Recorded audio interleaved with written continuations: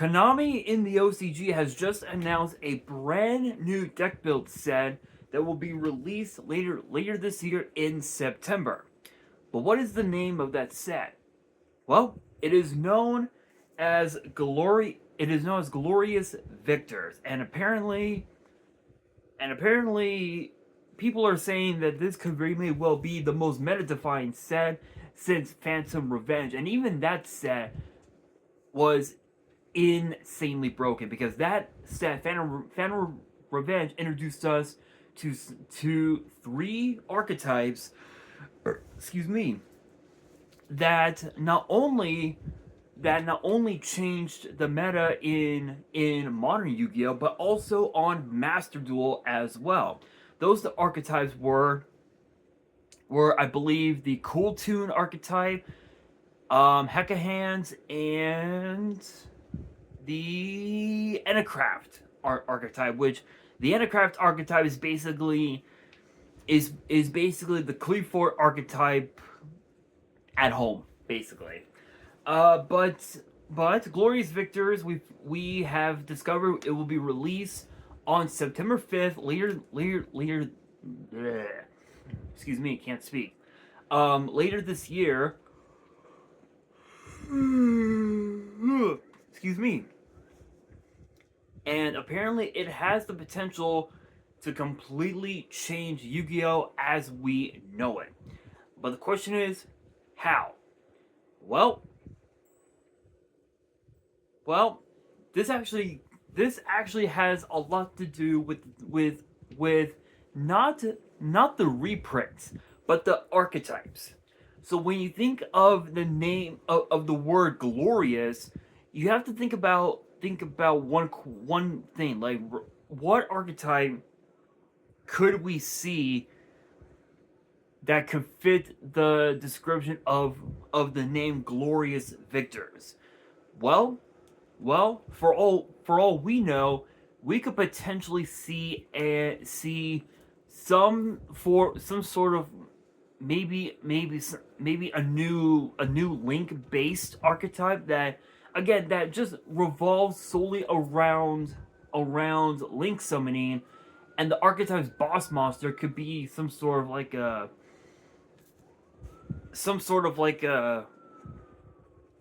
Link 5, some sort of like a Link 5 monster that can basically be an omni negate that can negate literally everything and anything at your disposal. Oh, shoutouts to Gold Peak for the iced tea. Not sponsored or anything, but I've been cutting back on soda as of late, so I'm trying to cut back again. I'm trying to cut back on soda. I said that I think in yesterday's video, but that is neither here nor there.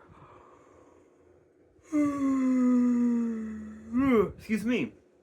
Although it would be cool if Gold Peak Iced Tea did sponsor the channel, so if they are watching this, hit me up. Let's talk business. Another archetype that we could potentially see will probably have to be, I would probably say, a new Xyz based archetype, because when you look at Phantom Revenge, we had already gotten a synchro based archetype, which is the Cool Tune archetype. We already had gotten a fusion archetype, which was obviously the Hecka Hands archetype, and then also pendulums and a craft. This time around, honestly, I wouldn't mind seeing a link-based archetype, an Xyz-based archetype, and potentially a ritual-based archetype, which honestly seems like that's probably the way that Konami's gonna go.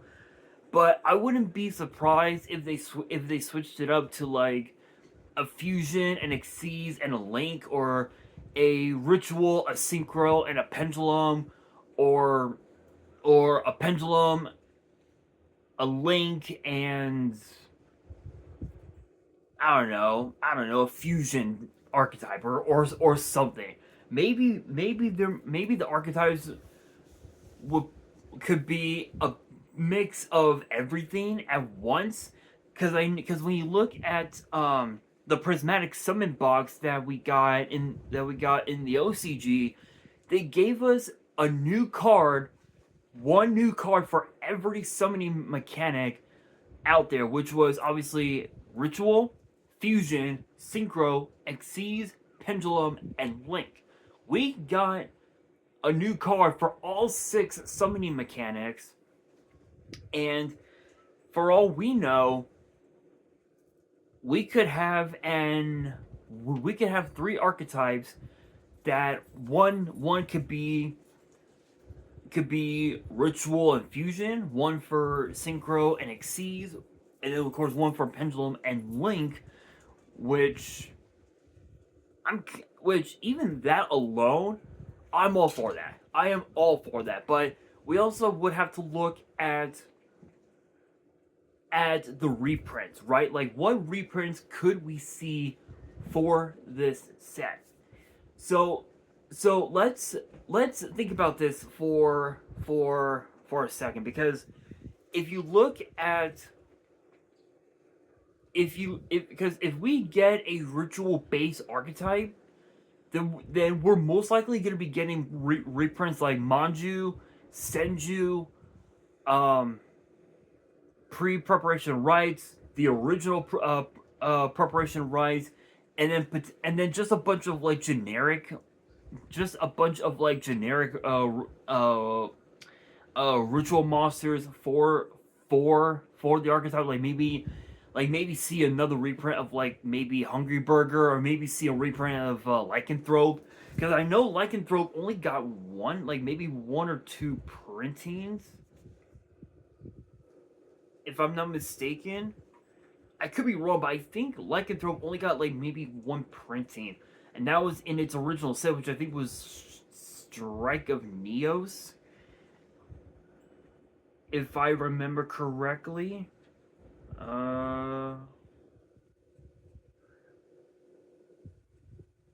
Yeah, literally only 1 printing, and that was in Strike of Neos, Lycanthrope, which is which for its time, it was a pretty decent card. For its time, it was a pretty decent card. So the effect of Lycanthrope reads as follows. This card can only be ritual summoned with the ritual spell card since it's a spell. When this card inflicts battle damage to your opponent, inflict 200 damage to your opponent for each normal monster in your grave. So for its time, it was pretty decent, right? Because because there were some decks that were running quite a few vanilla monsters. Like I know that there was like I know oh my god, 2007, if I remember correctly, 2007, I know that there was one deck that was running nothing but rituals, and in a matter of speaking, some of the ritual monsters at that point were mostly vanilla, so they technically counted. Um, but I mean, for its time, Lycanthrope was pretty cool. So we could see that card get its first reprint, which is a possibility. Um, if we're looking to see a fusion archetype, then we are going to see cards like polymerization, greater polymerization, heavy polymerization, which heavy polymerization now in its original printing, which was the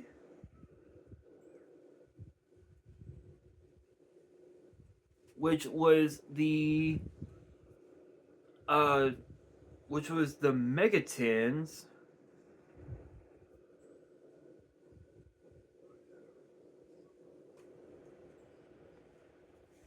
which was the 2024 the 25th anniversary tin dueling mirrors.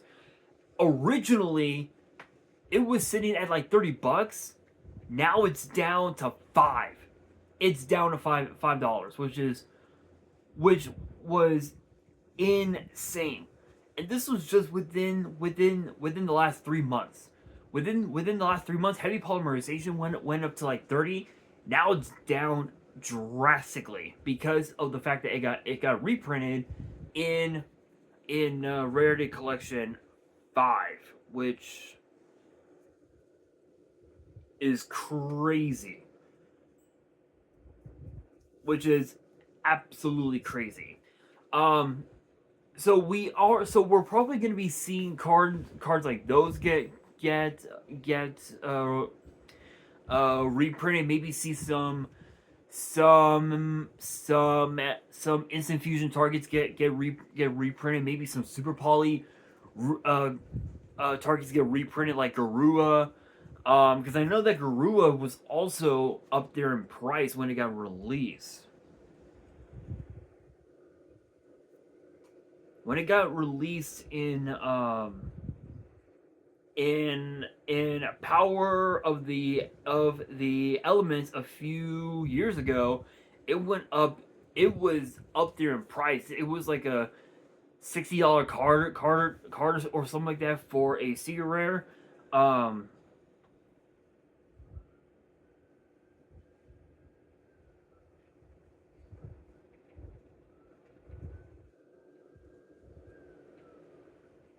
And then I think as a QCR,